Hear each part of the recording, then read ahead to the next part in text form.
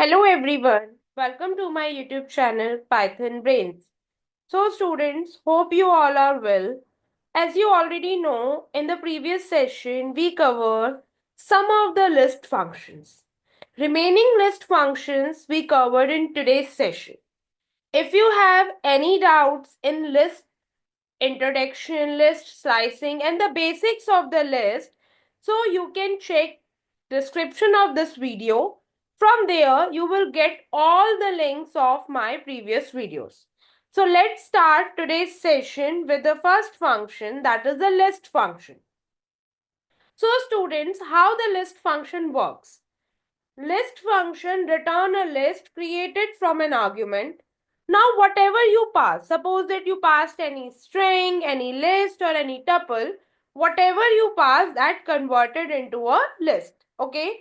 The simple syntax is list and argument you pass. Now let's see one example here students.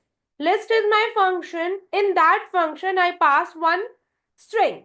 So now you see that every character of that particular string is a separate element of my particular list.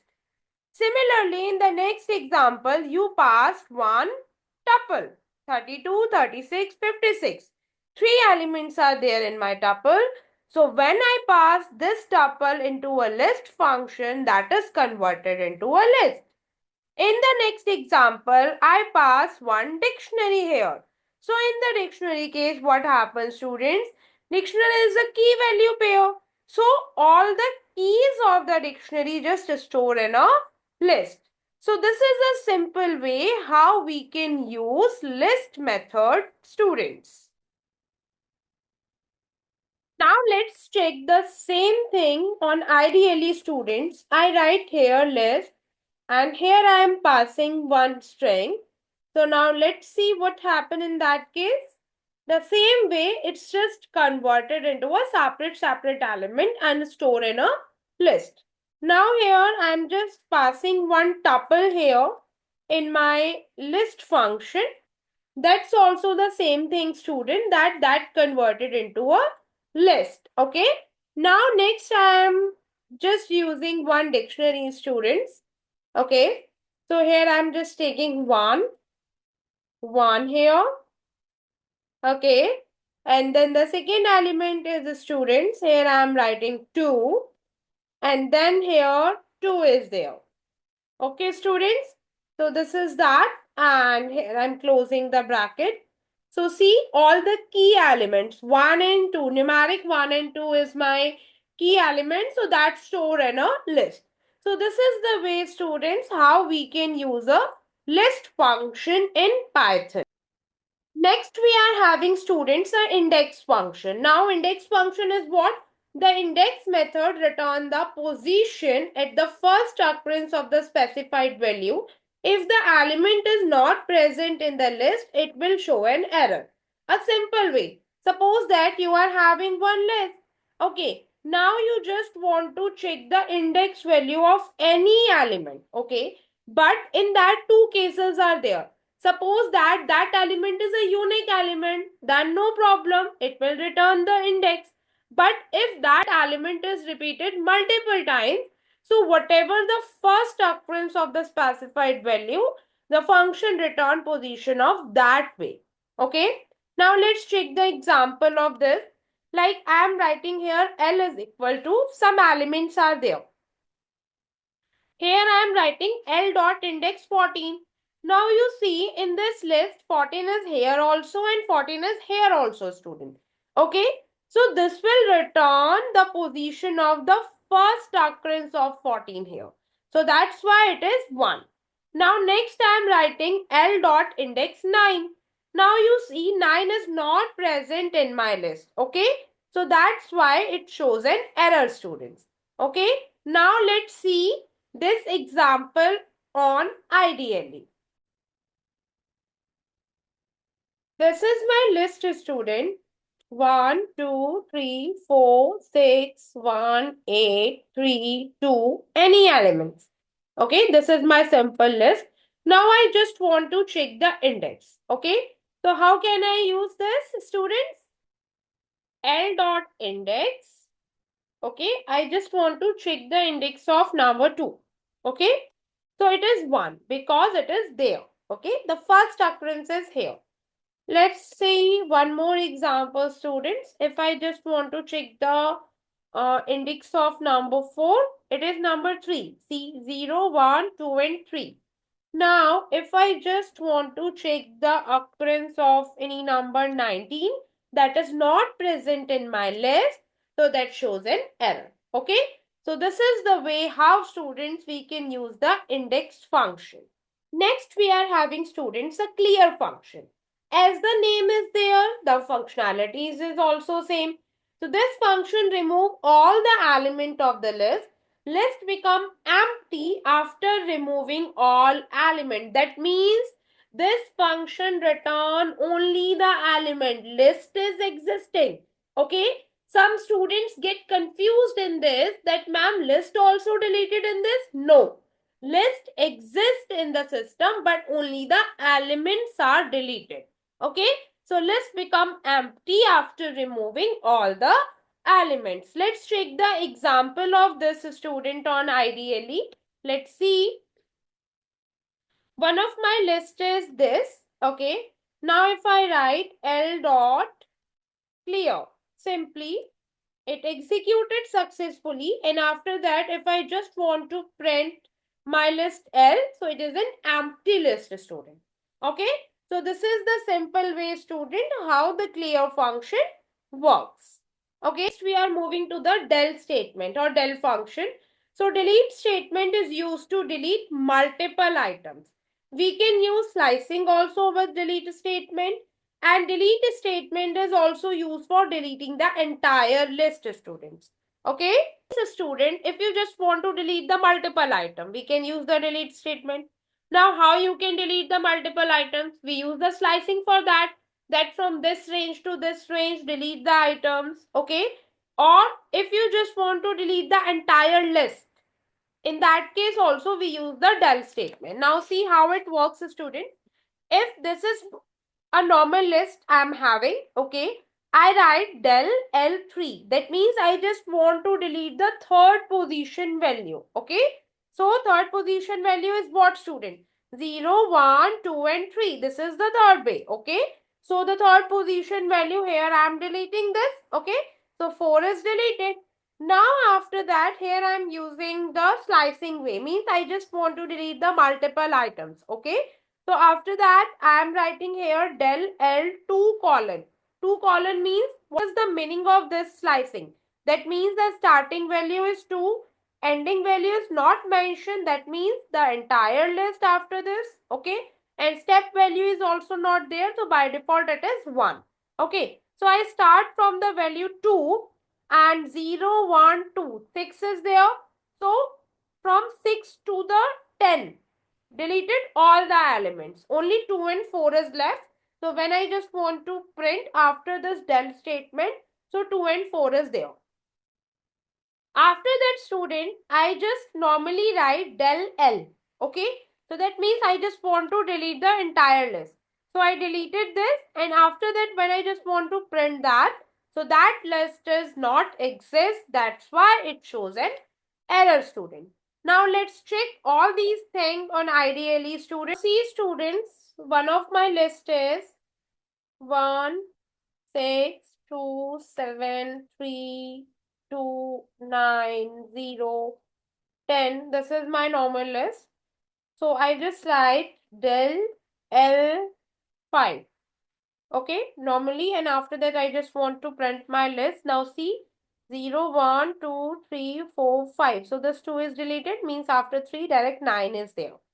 After that I am writing here del L4 colon 7. So 4 colon 7 means what? 0, 1, 2, 3, 4, 5, 6, because the last value is not counted. Okay. Again I see 0, 1, 2, 3, 4, 5, 6. So this 3, 2, 9 deleted in that case. Okay. Let's check. But 2 is not there because my updated list is this. So this will consider this part. So 0, 1, 2, 3, 4, 5, 6. This 390 is deleted in that case. Okay, now you see this 390 is deleted. Okay, now after that, if I am writing del L, so my entire list is deleted. After that, if I just want to print my list student, so this will show an error because that list is already deleted and that not exist in my system. Okay, so some students get confused in this student that if this is my original list, okay, and if I apply some delete statement on this student, so my original list updated. Okay, now this is my L list. Okay, so next time when I update it or when I apply any delete statement, so I apply on this, not on this students. Okay, now let's move to the next function students. We are having students a count function. As the name is there, same the work is there. Count function count the argument that we pass in the function. If item is not present in the list, the count function returns 0. So this is my normal list. I just want to count number 3. How many times number 3 is there? So 1, 2, 3. It is 3 times. That's why it returns 3. Now if I just want to count the number 23, but number 23 is not there. So that's why it returns 0. In that case, no error is there. That returns directly a 0 point. Now let's check this on IDLE students. So let's take one list. L is equal to 3, 2, 6, 7, 8, 19. Any number we just writing here. 3, 5, 4, 4, 4. Okay. Now this is my list. I write L dot count and I just want to count number 4. Okay. 3 times. Now let's check. 1, 2, 3. Okay. If I write L dot count here and I write 79. Okay. That is not present in my list. So that's why it shows 0 students. Okay. So this is the way how we can use the count function student. Now next we are having students reverse function. Now reverse function again as the name as the work is there. Reverse function is used to reverse my list. Now in this one game is there or you can say that one trick is there. So if I write L is equal to this students, I write L dot reverse. Okay. So my string is reversed. Now one more list is there student and I check the ID of that particular list. So the address is this. When I reverse that list, then also I print that and check the ID. So the same ID is there. That means on the same place it works. Okay. So it changed my original list. Okay.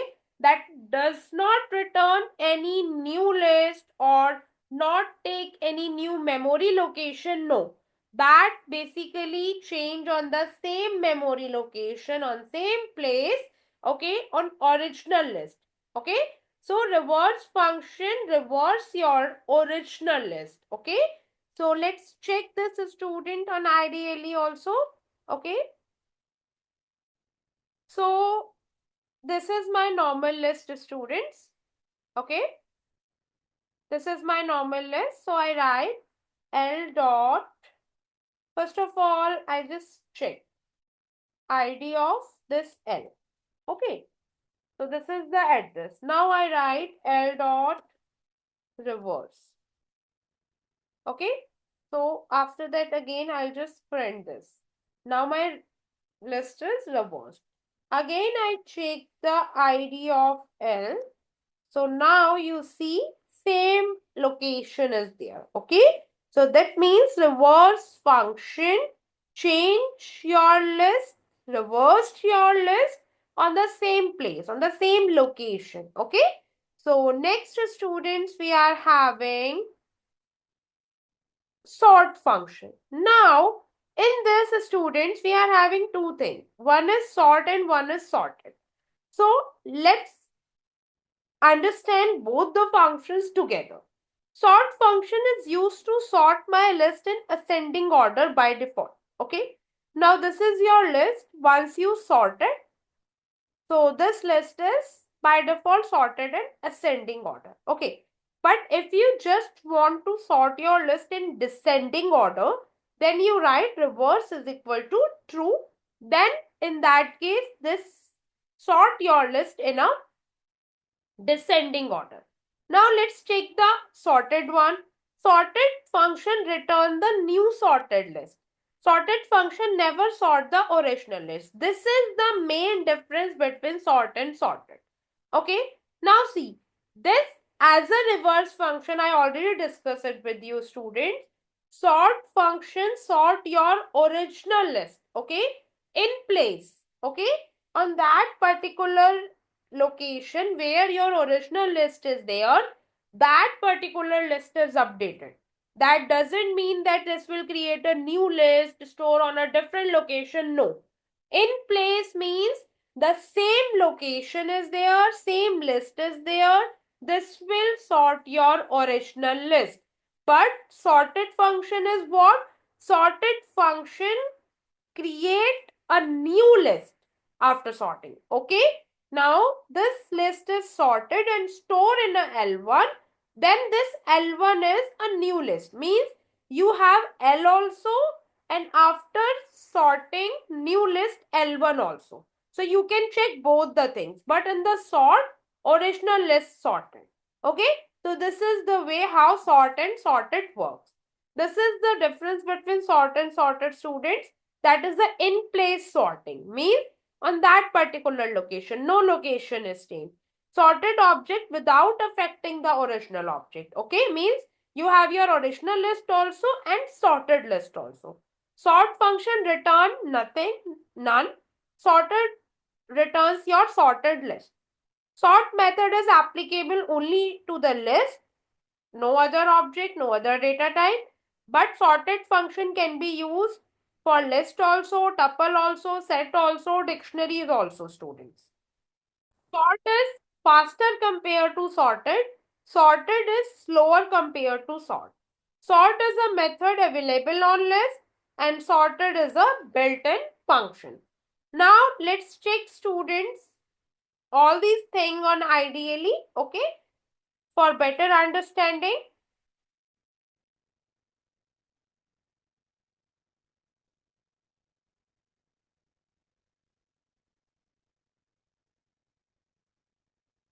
This is your one list. Let's check ID of this.